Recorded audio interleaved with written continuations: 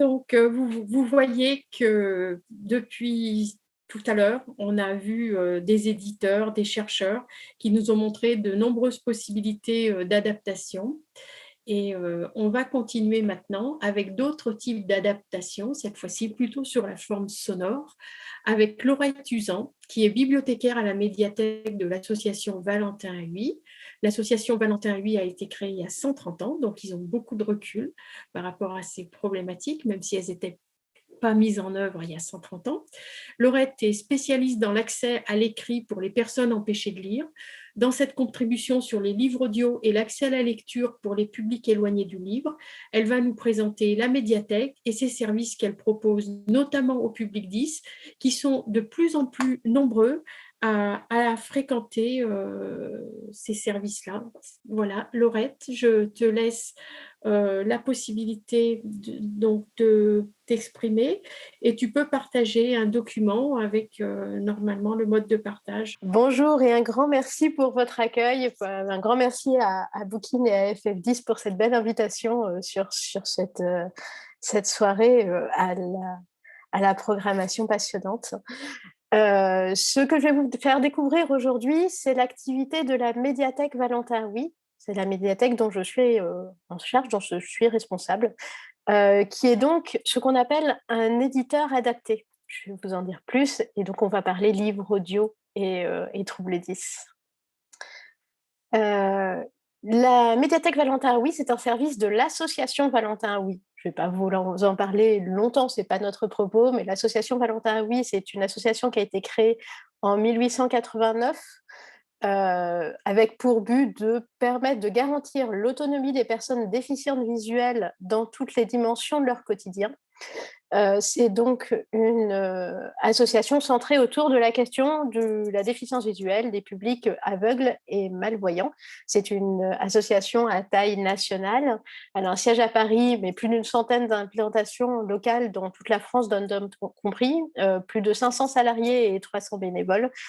Son activité historique, celle autour de laquelle elle s'est créée, c'est l'activité d'édition adaptée qui a pour but de prendre des livres disponibles au reste de la population de façon commerciale et de les adapter dans des formats accessibles pour les publics en situation de handicap.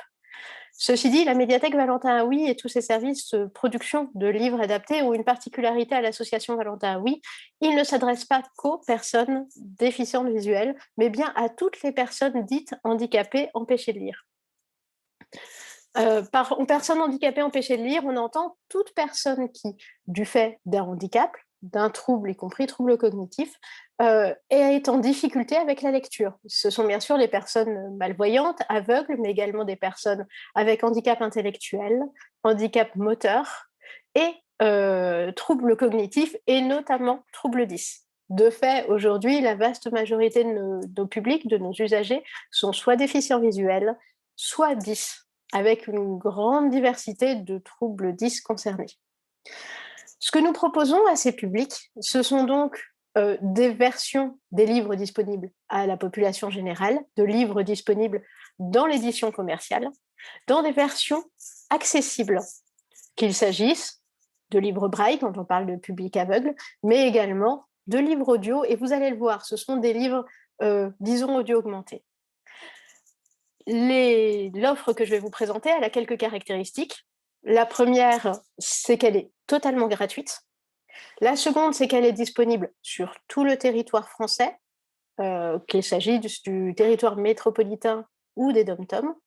D'autre part, que c'est une offre qui a été pensée pour être très facile à utiliser et très adaptable à une grande diversité de situations.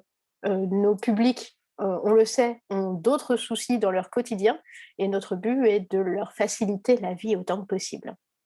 C'est ainsi qu'en 2020, plus de 10 000 utilisateurs actifs, 10 381 pour être précise, utilisateurs actifs, donc personnes en situation de handicap, ont effectivement emprunté plus de 281 000 livres dans l'année. Alors, quand je vais vous parler d'offres de lecture, je vais d'abord vous parler de livres audio. Le livre audio, c'est effectivement une solution qui permet l'accès à l'écrit et un accès à l'écrit délié des difficultés de déchiffrement ou de déplacement dans le texte qui peuvent être ceux de Public 10, qui permettent donc un accès direct au sens et donc au plaisir de la lecture. Ces livres audio constituent la très grande majorité de nos prêts et nous proposons actuellement 55 000 livres audio. Ces livres audio, de notre côté, ils vont être disponibles en téléchargement sur une plateforme qui s'appelle EOL, dont vous pouvez voir l'adresse sur votre écran actuellement, mais que vous pouvez retrouver très facilement sur Google. Vous tapez EOL, ce sera parmi les premiers résultats, ou EOL AVH comme association Valentin, oui, et ce sera le premier. Ces livres, ils sont également disponibles sous autres formes, et notamment sur CD, toujours gratuitement. Alors, ces 55 000 livres audio, il faut comprendre que c'est une sélection qui est très proche de ce que vous allez voir dans une bibliothèque municipale, c'est-à-dire une sélection très diverse, à la fois jeunesse, mais aussi adulte, composée de classiques, mais aussi de livres très contemporains, très en prise avec l'actualité. Il peut s'agir des ouvrages qui seront demandés à un élève dans le cadre de son enseignement en tant qu'œuvre au programme en littérature en français. Il peut s'agir de la dernière saga à la mode, il peut s'agir de best-sellers, de la rentrée littéraire et Tiffaine du Chénois, vers 21h, fera une intervention sur l'action rentrée littéraire accessible du Syndicat national de l'édition. Dans ce cadre, nous adaptons chaque année plusieurs centaines de livres adaptés. Vous trouverez également des romans, des essais. En ce qui concerne les romans, tous les styles possibles, de la science-fiction au polar ou au roman du terroir. Et côté essai, il peut s'agir du dernier essai politique qui fait l'actualité, de vie pratique ou de livres de cuisine. C'est un fonds, ces 55 000 livres, c'est un fonds qui est en évolution rapide et qui grossit très vite. Ainsi, en 2020, nous avons fait entrer plus de 11 000 nouveaux titres.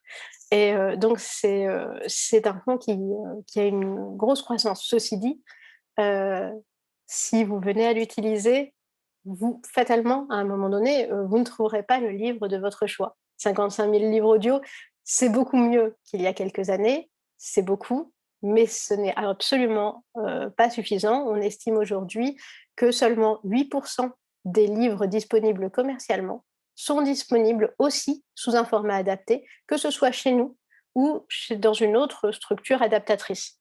Ce qui signifie que 92% des livres disponibles commercialement aujourd'hui ne font l'objet d'aucune adaptation. Alors, le livre que vous recherchez se trouve parmi ces 92%. Cela peut arriver malheureusement. N'hésitez pas à nous le dire. Sachez que nous vous proposerons également un accès à d'autres ressources et notamment à la Bibliothèque mondiale de l'Accessible Book Consortium. Cette bibliothèque mondiale est un lieu de mutualisation. Tous les gros éditeurs adaptés à l'échelle mondiale, ils mutualisent leurs livres. C'est une bibliothèque qui vient de s'ouvrir au public et qui est en cours de construction, qui, dans la période qui vient, pourra rassembler jusqu'à 600 000 titres dans 80 langues différentes. Si vous souhaitez accéder à cette bibliothèque mondiale, nous serons heureux de vous inscrire. N'hésitez pas à nous le dire. D'autre part, si là aussi vous ne trouvez pas votre bonheur, n'hésitez pas à nous indiquer le livre que vous voulez. Nous, on fera tout ce qui est en notre pouvoir pour l'adapter à votre demande. D'ailleurs, s'il s'agit d'une demande scolaire, n'hésitez pas à nous le signaler. Nous l'adapterons évidemment en priorité. Alors, nos livres audio, comme je vous le disais, ils sont un petit peu particuliers. Ils sont dans un format spécifique, le DAISY. Et ce format, il permet des fonctionnalités plus avancées. Il permet un usage plus actif du livre et il permet d'adapter l'expérience de lecture aux besoins de chacun. Comme vous le savez, il y a autant de besoins d'adaptation que de personnes 10, et donc il est nécessaire de proposer des livres et des interfaces qui s'adaptent aux spécificités, aux besoins très spécifiques de chacun. Ainsi, le DAISY permet de régler très finement la vitesse de lecture, de naviguer dans la table des matières de façon à aller directement au contenu qui vous intéresse, de poser des marque-pages et un grand nombre d'autres paramétrages fins. C'est un format qui permet aussi d'utiliser un écosystème d'outils de lecture, des outils de lecture particulièrement adaptés. Je pense notamment à des logiciels de lecture pour smartphone, tablette, PC.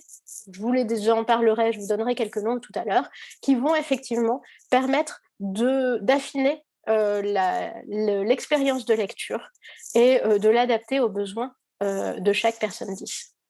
Enfin, je vous précise que tous ces ouvrages, ces 55 000 livres audio-là, ils sont disponibles donc sans DRM, ce qui signifie, la DRM, c'est ce petit code, ce petit logiciel qui est souvent accolé aux ressources numériques, qui empêche leur copie et donc leur piratage, mais qui peut également avoir des conséquences en termes d'usage. Ainsi, les livres audio que vous téléchargerez sur Éole vous pouvez les télécharger maintenant, dans 2 ans ou 3 ans, ils seront toujours écoutables. De la même façon, vous pouvez la télécharger sur un appareil, l'écouter sur un autre ou sur un troisième, quel que soit le nombre de ces appareils, et sans avoir à re-rentrer votre mot de passe. Donc l'idée, là encore, c'est vraiment de vous faciliter la vie, de ne conserver de cette expérience de lecture que le plaisir. Ces livres audio, ils existent sous 2 formes, en fait, parce que c'est une particularité du DAISY. Le DAISY permet de créer des livres audio, mais aussi des livres texte numérique, voire les 2. Ainsi, les livres que nous proposons sont pour certains des livres en audio voix humaine, enregistrés par des bénévoles qui s'enregistrent. Nous reprenons le livre, nous le structurons techniquement de façon à en faire un livre audio avec une voix humaine de qualité. D'autre part, des livres texte plus audio. À ce moment-là, le fichier contient le livre audio et la version texte. Et ces 2 versions sont synchronisées, ce qui permet à tout moment, de suivre et l'audio et le texte en parallèle. Alors pourquoi faire ça ? D'une part, parce que si vous avez un usage scolaire, un usage accompagné par un orthophoniste, vous pouvez utiliser ce livre comme un outil de travail qui permet de lier à tout moment de la lecture le phonème et le graphème. D'autre part, il permet effectivement, dans un usage scolaire, de retrouver à tout moment l'orthographe du mot que vous êtes en train d'entendre. Il permet de faire une recherche plein texte d'un livre audio que vous êtes en train d'écouter en tant que livre audio. Il permet également de passer très facilement de l'audio au texte, ce qui permet par exemple à une personne pour qui la lecture textuelle est fatigante, de commencer un chapitre en texte et au moment où la fatigue cognitive intervient, de passer à l'audio sans perdre le fil du livre et à tout moment de pouvoir repasser au texte. Cette fluidité entre le texte et l'audio, elle est extrêmement intéressante dans l'évolution des pratiques et de l'aisance des pratiques de lecture. Aujourd'hui, 90% des livres que nous proposons sont des livres en audio voix humaine et 10% sont des livres en audio voix de synthèse plus texte. L'idée de notre service, ce n'est pas simplement de vous proposer un site avec des livres, parce que nous savons que les publics auxquels nous nous adressons, souvent, ils découvrent des solutions liées au DAISY. Ils peuvent être un petit peu perdus dans leur usage, mais surtout, ce sont des publics qui souvent ont besoin d'accompagnement. Et l'idée, ce n'est à aucun moment de laisser seul l'utilisateur face à une plateforme anonyme. Nous sommes 14 bibliothécaires spécialisés.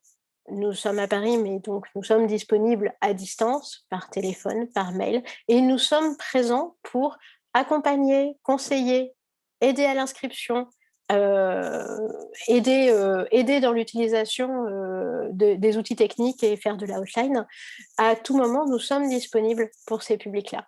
Donc, n'hésitez surtout pas à nous contacter, que ce soit par mail à l'adresse médiathèque sans accent avh.asso.fr, médiathèque sans accent avh.asso.fr, ou par téléphone au 01 44 49 27 28, cette ligne étant ouverte en permanence du lundi au vendredi. N'hésitez surtout pas. D'autre part, nous travaillons avec un réseau de plus de 300 médiathèques sur tout le territoire. Nous travaillons pour ce faire avec 211 collectivités locales partenaires. C'est un réseau de bibliothèques publiques qui ne cesse de grossir. Ces bibliothécaires sont formés, ils sont sensibilisés. Ils sont là pour vous accueillir, vous conseiller, vous faire découvrir le DESI, mais aussi plein d'autres solutions. Là aussi, n'hésitez pas à aller voir s'il y a une bibliothèque partenaire sur votre ville et à en parler avec eux. C'est toujours extrêmement intéressant. De façon extrêmement pratique, comment s'inscrire? Eh bien, c'est facile, il suffit d'aller sur EOL et vous, comme vous le voyez, il y a un petit lien s'inscrire dans la colonne à droite. Vous aurez un petit formulaire à remplir et surtout un justificatif à fournir puisque nous travaillons dans le cadre de l'exception au droit d'auteur. Qui oblige effectivement à vous demander un justificatif qui prouve votre dyslexie. Vous pouvez pour ce faire fournir un certificat médical, par exemple, d'un médecin généraliste, un certificat paramédical, par exemple, d'un orthophoniste, tout document scolaire ou universitaire, bref, tout document qui montre que vous avez effectivement un trouble 10, qui témoigne de ce trouble 10. Si vous n'en avez pas, si vous ne trouvez pas, n'hésitez pas à nous contacter, on trouvera une solution. Enfin, vous pouvez vous rendre sur la plateforme, onglet audio ou jeunesse, et ainsi très simplement, d'un clic, télécharger le livre, sachant que l'inscription est validée dans les 48 heures. On vous attend. Voilà. Merci énormément, Laurette, parce que je pense que parmi nos spectateurs, il y a des gens à qui ça va donner des idées, puisque une des questions qu'on a le plus souvent dans les associations, elle est du type suivant. Mon enfant a 15 livres à lire pour le bac, que faire? Ou mon enfant a tel livre à lire au collège, et on sait que pour les 10, c'est très compliqué. Ce sont les parents qui lisent la plupart du temps, mais on le sait aussi qu'on est dans des familles de 10 et les parents ne sont pas toujours capables de lire 500 pages, par exemple. Donc, ça nous donne des perspectives, des ouvertures. Et je crois que tu nous avais dit récemment que lors du confinement, il y avait une forte augmentation des demandeurs de livres audio et que parmi eux, vous aviez identifié des publics 10. Clairement, sur l'année précédente, 45% de nos nouveaux inscrits, et ça fait du monde en fait, sont des mineurs scolarisés, et très clairement, les 10 sont plus que majoritaires parmi ces publics. Oui, on le constate. Alors, et ces demandes qui sont décrites là, oui, les livres à lire pour la fin des vacances scolaires, au début des vacances scolaires, et la panique des parents face aux livres qu'il faut impérativement avoir terminés. Enfin, c'est des situations qu'on rencontre bien sûr.